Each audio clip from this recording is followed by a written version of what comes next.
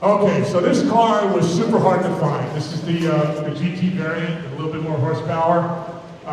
We got this car lent to us from the Peterson Museum up in LA. They actually had one. We couldn't find any owners of this car. They actually had one of these. So Bugatti, they were racing cars in the 50s. 57 was kind of the last production car, and then Bugatti kind of just went away. It's like, they just disappeared for like 30 years. They didn't want to sell. The company kind of went bonkers. Same thing with Lamborghini in '76 when Lamborghini went out of business. So cars weren't good too good in the '70s. Bugatti went out of business. So what happened was, kind of a group of people got together in Italy, and they said, you know what, we got some of the designers of these cars back from the 80s. Let's try to bring this Bugatti name back. You know, it's been not since the 57 they haven't heard Bugatti. So they got together, they got some money, they got some of the designers. I think the coolest thing about this car is when I looked at the person that designed this car, it was the same person that designed the 288 GTO and the F40. So getting back to the engineers, remember I was telling you guys about the designers? These guys are still floating around from the 80s, and they find these guys again, and they say, you know what, you did such a good job at these cars. This is why we saved this car for last. They kind of took the same people that worked on all these prior cars, and they built this car to bring back the Bugatti name. The cool thing about this car, it's a V12 with 4 turbos. What did the Veyron have? 16 with 4 turbos. So that this kind of car started that whole 4 turbo thing. Forget about twin turbos, forget about triple turbos. Let's do a quadruple turbo. So I think that this car brought back the Bugatti name. Nothing controversial about this car. These cars are quite valuable today. Like I said, super hard to get. We had to get it from the Peterson Museum as a very generous loan to us to show it here for 2 months. There's 4 turbos in here. So there's 4 turbos rumbling on exhaust. Not to say that decreases the power, but not decreases the power. But it takes a little bit away from the sound. 4 turbos.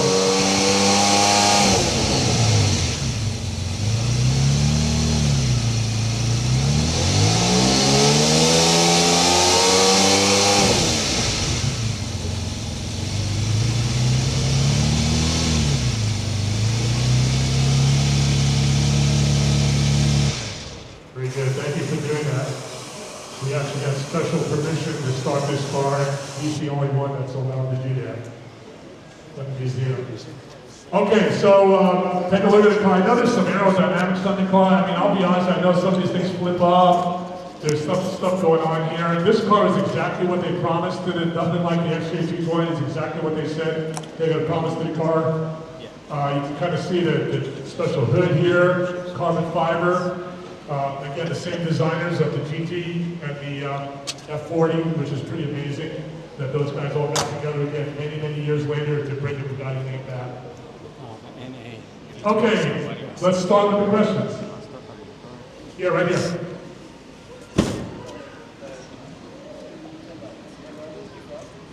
Yeah, the question is, what are the stickers on the headlights? Are those defrosters? Yeah, these stickers are basically saying that the car, at least this plexiglass, meets a certain requirement, because in the 90s to sell these cars you had to have special requirements, and I think these are probably the specs that they had to meet at the time.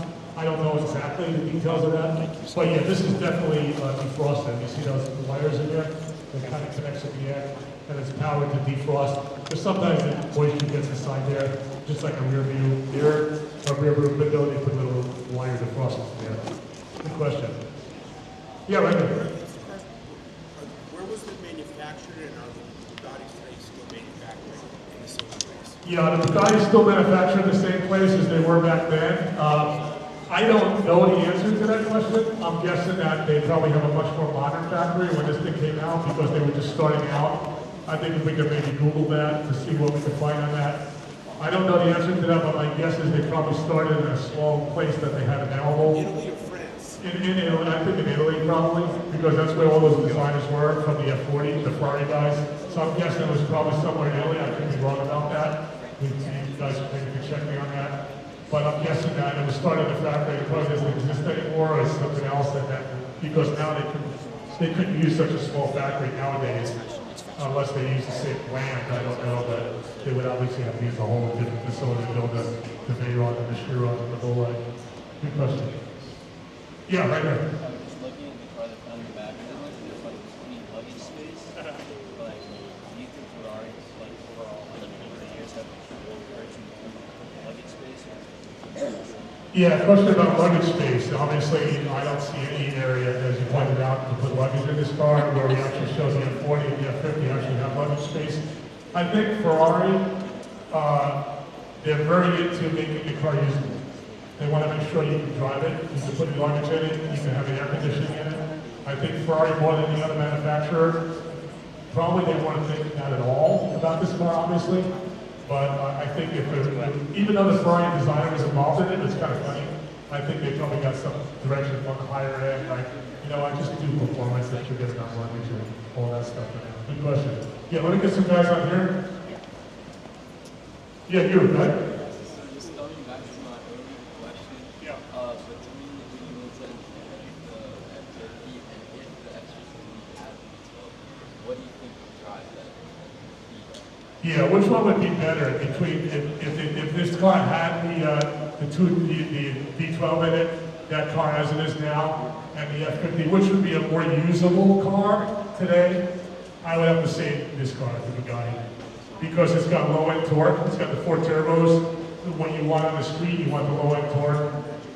So I would say it'd be a more drivable car. I would definitely pick the EB110 over there. Good question.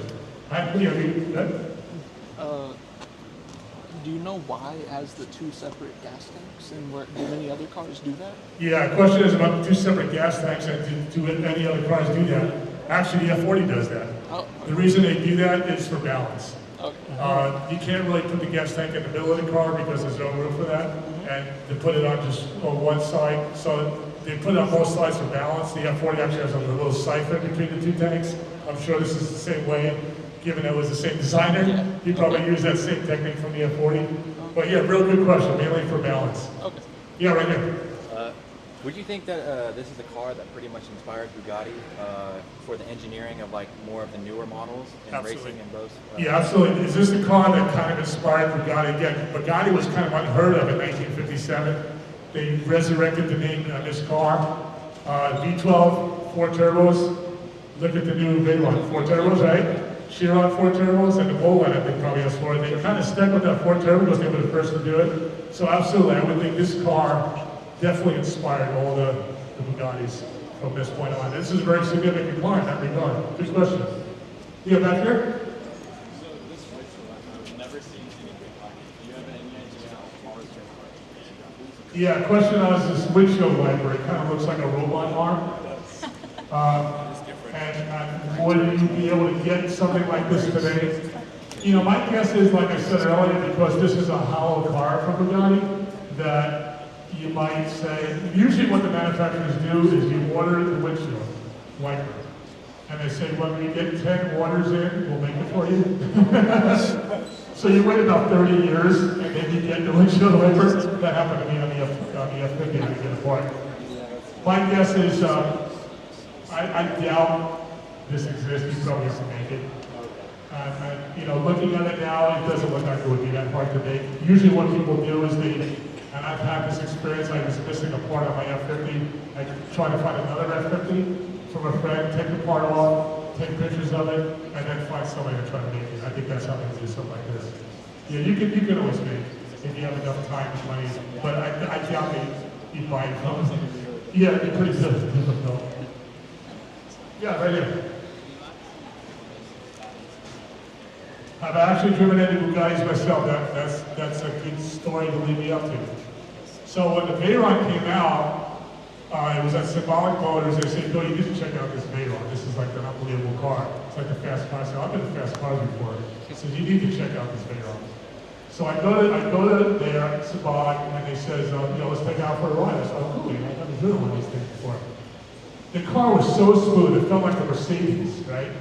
So I'm flooring the car. I'm like, wow, this thing feels fast, you know? I'm getting on the 5 freeway, and it feels super smooth. He's like, Phil, you might want to let up a little bit. And I look down the speedometer, I'm doing 160 miles an hour. to 5 in a Veyron, and I thought I was doing it easy. So that's my Veyron story. The car is so smooth, it does everything so well. Obviously, coming up today, it was kind of spooky. Yeah, I heard somebody say the word spooky. It was kind of that. It's just, I had no idea I was doing that fast. So that's my Veyron story. That's the only Bugatti I've ever driven. Yeah. So obviously, all these cars are, engineering marvels, but have any of them revealed any flaws at the time? Yeah, these cars are obviously engineering models. Have they revealed any flaws over time? I would say probably, if anything, emissions. These cars are very dirty by today's standards. You would never be able to build a car like this today. I think these cars started to say, you know what, we can't be continuing building cars like this. They're just so dirty. So I think they kind of made people aware of, you know what, we try to make computers to make them cleaner. But the V12s, I think they're starting to go away. I think they just can't make them clean. So I think the answer to your question, I think it unveiled that negative. But the positives are it is a four-wheel drive car, so now the car's a four-wheel drive, it kind of is becoming more standard. Styling, aerodynamics, I think that's some of the stuff we're seeing in the new cars, the downforce. But the stuff we're not seeing is the dirtiness of the engines. Yeah, right here. So obviously the EB110 is a very rare car with only 134 units built. Was the EB110 officially available for sale in the United States, or was it only available in Europe, and would you have to wait for like the 25-year law to be able to import it into the United States? Because I don't see very many of them around, obviously. Yeah, the question is, why don't you see a lot of these around? I mean, they only made a lot of them. Were they legal to buy in the United States? I'd have to research that question, but I'm guessing you could buy this in the U.S. Okay. I'm guessing it was probably admission legal that you could buy a U.S. car. Okay. Because I know some friends of mine that had one at one time, and I don't think they had to buy them in Europe. Okay. So I think you could get U.S. versions of this car. They're just so rare that you just don't see them. You never see these cars. Yeah. Yeah, I think the reason you don't see these cars is obviously so few made, and I think, I think there's just that reason. Yeah, but maybe there's probably not a lot of them in the U.S. That's a good question. I don't really know the answer to that. Good question, though. Thank you. Probably not a lot of them. Yeah, right here. The name EB110, what does it mean? A big U.S. All right, market. what does the intel, EB like stand if it for? was What does the manufactured 110 stand for the for? US market. So that's a really good question. I probably should have answered that earlier. So So they- the founder So of this was at Bugatti least was, I designed think, to be Toro. exported. The turn I don't know if I'm Because saying it it right, has the Bugatti. The European one only has one mare. They And only then the had 110 is Oh, when this okay. car came out because Well, they thank were you. So if it was like bringing the Italian brand market, it only back, from needed the Okay. 1950s. Well, that's very interesting. That Well, guy, thank you. the founder of I Ferrari, don't was born think- 110 sometimes years they're just earlier. attached on. So EB110 This basically looks we're like bringing it's back the Bugatti designed. brand 110 years after the Thank you. founder was born. Really good question. Really good question. Yes.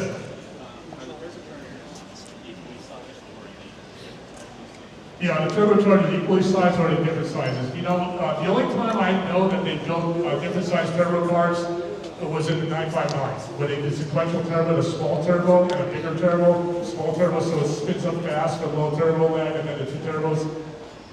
All cars after that, as far as I know, they're all same size.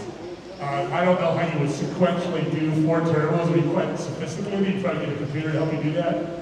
But as far as I know, and even all the new cars, the 2 turbos are the same size. The 959 was the only one that experimented with that. Good question. Yeah. All right, so Bill, you have all these beautiful cars.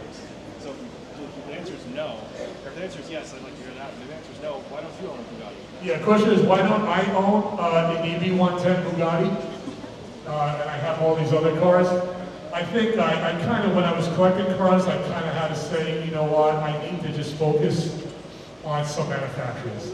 So I'm kind of focusing on Ferrari, Porsche, and Mercedes.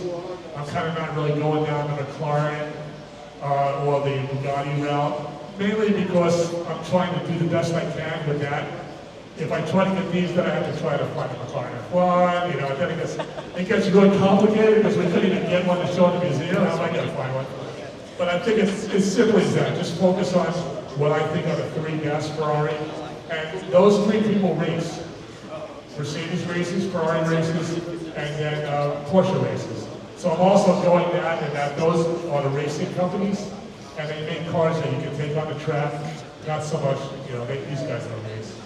These guys don't race. So that's a big deal for me because I race. And I like the engineering is better on the cars I race. Do they not race because it's a totally different level, or? Yeah, I think they don't race is because they don't have a motorsport team. It's a lot more money to do something like that. You have to sell a lot of cars. They don't sell as many cars as Porsche and Ferrari. Ferrari's like one of the most profitable years ever this year. Mercedes, obviously, I think they got the money to be able to race F1. Look at Mercedes.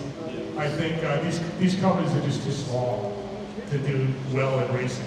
I think the other three are, yeah, right here?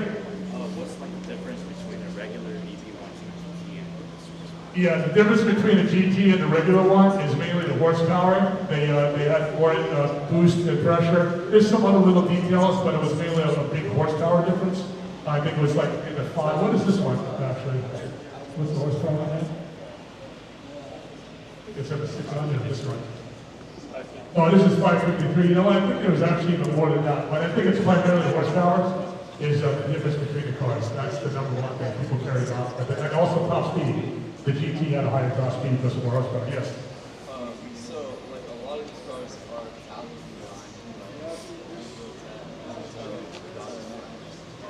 designed, and so I was just wondering what you thought about Bugatti, because Italian manufacturers, Ferrari, moved to Lamborghini at higher, same story, and how do you think like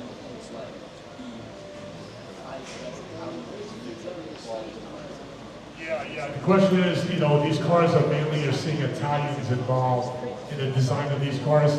And the question came up about Bugatti, which I met Bugatti. We met Bugatti, fantastic guy. And the Bugatti cars, look at the styling of those cars. They're like jewels. I think just look at the history of Italy. Look at their architecture when you go to Italy. Look at Leonardo da Vinci. There's actually an exhibit right over here, Leonardo da Vinci. Check that out in the Air and Space Museum. I think the whole Italian culture, I'm Italian by the way, I think it's, we have some other Italians, right? I think the Renaissance art, I mean, Italy is all about art. It's all about creativity. I mean, more so probably than any other culture. I don't know if it's, I wouldn't say it's in the genes. I think it's just in the whole culture that the Italians just want to have the ultimate style. Good question. Yeah. So obviously EB110 set like the preceding turbos, right? So when they released that sort of something to Porsche versus Ferrari, who tried to match the EB110? It came out and everybody was like, wow, this thing is crazy. Yeah, the question is kind of like we were talking about the competition between the manufacturers, and now all of a sudden they come out with a quad turbo. On that, you know, how can we beat a quad turbo? I think the manufacturers pretty much said, you know what? They have their engineers. They needed to do it with 4 turbos. We could do it better with 2 turbos. I think it basically came down to that. It's like we don't need 4 turbos. I think at the time they felt they could need 4 turbos. Hey, look, we got 4, we don't have 2. My feeling as an engineer, they probably could have done it better with just 2. It would have spooled up faster. They could have used different kind of turbos. So I would say that no other purpose, as far as I know, nobody else went down the 4 turbo route. I think that was just something now, and now they're keeping to that, because now with computers, you can actually take advantage of that, especially with the V16 engines. But I would say no other car has 4 turbos. They were the first, and they're still the only ones doing that. Good question. Okay, yeah, right here. So I do know that Bugatti was kind of hidden in the shadows for a long time, and then this kind of revived it. What was the world's like first thoughts when they saw the Bugatti, and because they didn't know like that was Bugatti again hasn't really been heard of since 1957. All of a sudden, wow, Bugatti, what the heck is going on here? I think that was a shocker. I think when this car came out, you know, given this, use the same Ferrari engineers, this car was a wow when it came out. You can see the value today. These cars are $3-4 million.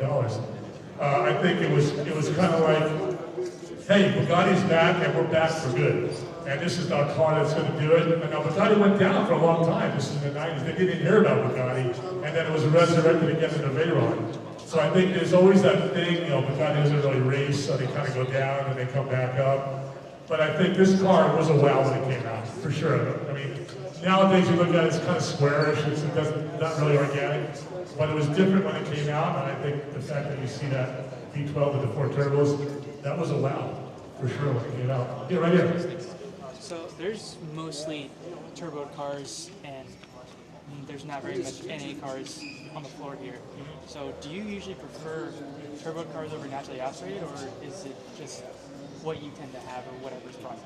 Yeah, question is mostly turbo cars on the floor here? The only non-turbo car is the F50 with the V12. Do I prefer turbo cars? It turned out we didn't pick these cars because they were turbo. These are the cars that were the #1 cars. Like I said, when we look at Top Gear magazine, the only one that's arguable is the F1, McLaren F1, which is a normally aspirated car over the Jaguar.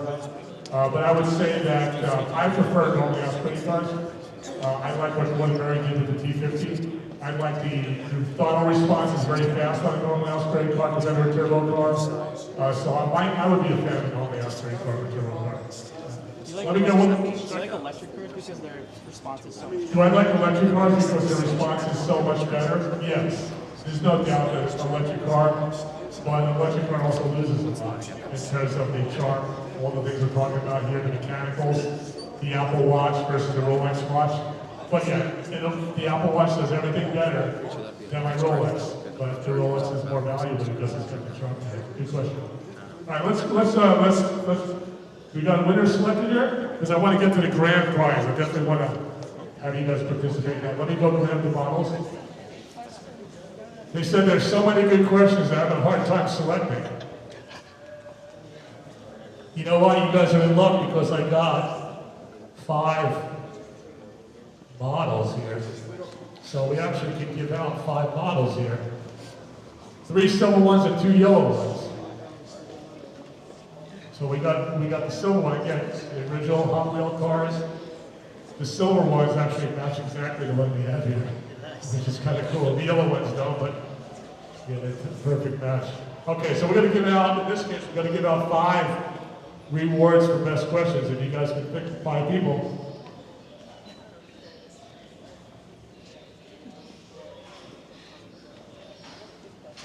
Oh yeah, I see him. So we got #1 here. I see him back there. Before he goes away again. You. For some reason they couldn't find you before, right? What's your name again? Mac. And where are you from? Rancho Santa Fe. Thanks. Got a neighbor here. Thanks for coming out, Mac. Congratulations. Another good question this time. All right, what else? Oh, right here. All right, very good. Your name? Wyatt. Wyatt? And where are you from? Lake Forest. All right, very good. Thanks for coming out. Congratulations. You got the same color as the one we have here. Good Bugatti question. All right, we got 3 more to hand out. And then we're going to get to the grand prize. You guys definitely want to stay for that. That's this is nothing compared to that. Oh, cool. Paul. Nice. Paul, you get my last silver. And where are you from, Paul? Paul's from Santee. By the way, if you guys Google Paul, he's a famous pianist. And one of the best piano players I've ever heard. I have a Steinway 9th grade also. Piano Kid CA is Piano Kid CA. If you look up Paul, he's a brilliant piano player. So I'm glad to see him here today. Okay, we got 2 more to give out. All right, we got another one over here. Oh, okay, got another one. Gonna follow both judges here. Right here. All right. Here you go. Thank you. What's your name? Chris. Chris, where are you from? From Chino. Chino, thanks for coming out, Chris. Oh, Wow, it's it's a thanks. drive down there. That's a nice drive. Appreciate you coming all the way down here. Yeah. How'd you find out about this? Well, me and my buddy, we're stationed in North Island. So Oh, okay, we stationed live up up there. here. I live in Imperial Beach. You live in San Diego. Did you guys hear about us on the one or You something? sent me Rancho that. Santa Fe. Rancho Santa Fe, RSF cars? Yep. Very good, thanks for coming out. Appreciate you guys. We got one more? Right here? Yep, right here. There you go. Oh, is it? Oh, sorry, did I go that one? Oh, yeah, sorry. Congratulations. What's your name? Alex. Alex, and where you from? Thanks, Alex. Thank you. Okay, so now it's time for the grand prize. Big prize. We're going to have a meeting on this, and I'm going to start showing you what the first prize is while they're having a meeting. Appreciate you guys all staying out. Shoot, I want to talk about it. Holy smokes. It'll ask you, Bill, are you like dehydrated or what?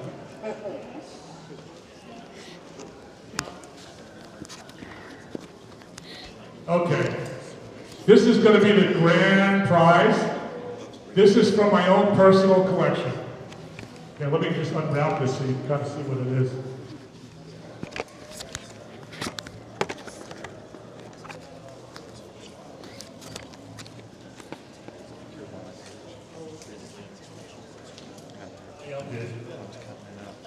Okay. This is a 1/18 scale Ferrari F50. This is actually made in Italy. This is not something made in any other place. This is one of the original models from the 90s. This is from my own personal collection. I believe if you unscrew the Phillips edge, you can open up the top, the rear, and the front. Super detailed inside. I mean, it's almost like an exact. Again, from my own collection, we're going to give this out as a #1 prize. Once these guys, they're obviously going to be a tough one here. But I'm looking forward to having this go to a good home.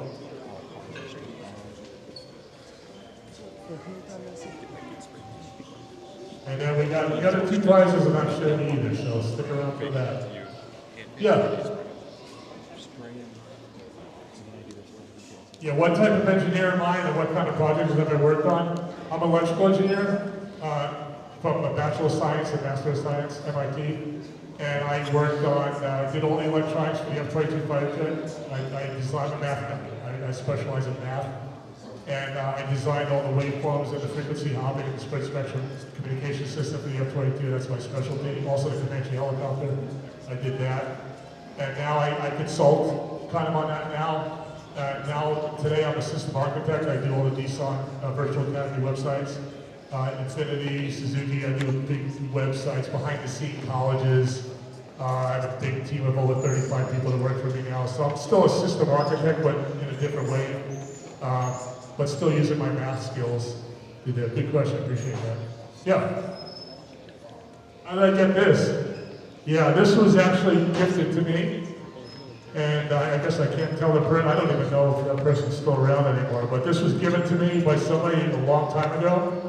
Not in the 90s, because I didn't have the car in the 90s, but he did tell me that this is a car that's period correct that he got in the 90s. And you can see on the bottom it does say made in Italy. And there's so few of these cars today that are made in the home country where these cars are built. So, but yeah, I was from a friend that gave it to me probably about 5 years ago. And I have some others, but I felt this is a good audience to be able to give this out to you. Just like I said, hey, you know what? Let's have it shown off somewhere else. You had a question? You had a question here? What car is the most meaningful to me? That's a good question. Let me. I have a story behind that. I told you guys earlier about my mom. My mom doesn't know anything about cars. Why do you buy all the same car when she sees the red car? And I'm like, come on, Mom. By the way, they tell me I sound like Ray Romano. That might have been a Ray Romano thing. Anyway, she goes out and she's looking at the cars, and I have a white 73 Carrera RS, 2.7, super rare car. Nice. And she walks over to that car. I'm like, that's really weird. My mom never usually walks over to a car. She's usually like, can I go back upstairs, And she's looking at the car. I never knew why I liked that car. Just something about the Carrera RS that I just remembered. She's like, you know what? That car your dad built on the kitchen table when you were about 7 years old as a model. I'm like, really? And that's so cool. I'm like, so that car is probably the most meaningful to me because she described why I like that car so much and I totally forgot. So then I started asking all kinds of questions after that. I said, why do I like this Porsche Arena red color so much? I mean, this purple color I just love. Why do I like that purple color? Oh, because you had a bicycle with banana seat with purple color. I'm like, okay. She's like explaining everything now. And she's still alive today, 90 years old. All right, guys got a friend of number 1? All right, let's go walk over to the number 1 if you guys don't mind.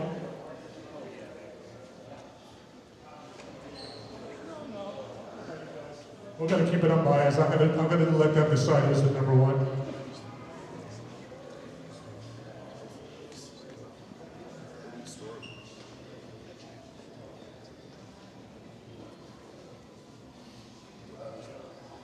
Okay, so we got a guy here that we thought was the most enthusiastic, really participated, super good, and where's he at? Okay, and yeah, this is actually, like I said, this is totally unbiased. I didn't think who they were going to pick, but I totally agree with this. And I'm gonna have this guy the car here. Goes to you. Yeah. Let's give this guy a hand. Like I said, I didn't know he's the guy that built that GTR model for me. He's really into it. And I can't think of a better home to have that one go to, because I know you love these cars, and I'm super happy to give that to you. And yeah, you're welcome. These guys pick you, so I appreciate that.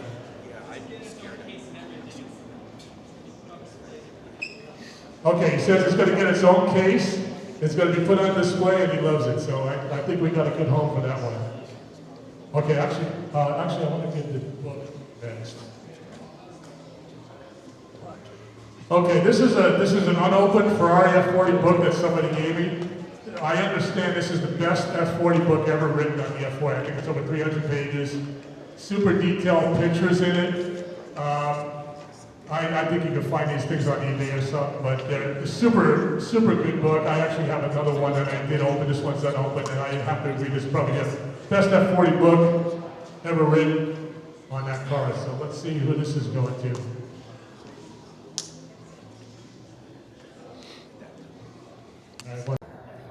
But I'm going to give you this, which is 318 pieces, and I'm going to challenge you to build it as good as the one I built. So next time I see you, we will compare the two cars. This is not easy to build. I mean, it looks small, but it took me 3 days to build it. I know there's a bigger one, but this one is super cool. So we're going to give this to the third place winner. I hope you have to be 9+. I mean, if you're under 9 years old, let me know. You might start swallowing these 318 pieces. The question was, this harder to build than an F-22 communication system? It was up there, for sure. Yeah, I definitely had to bring back some brains that I haven't used in many years in my modeling days, in my Lego days. Thank you for watching my San Diego Automotive Museum Decades of Trifecta video. Car number 6, the Bugatti EB110. You may also like to watch the other 5 cars in this series. I also have a video of an interview with 1988 BMW M5 and a 1995 Porsche 911 Carrera. Have a great day.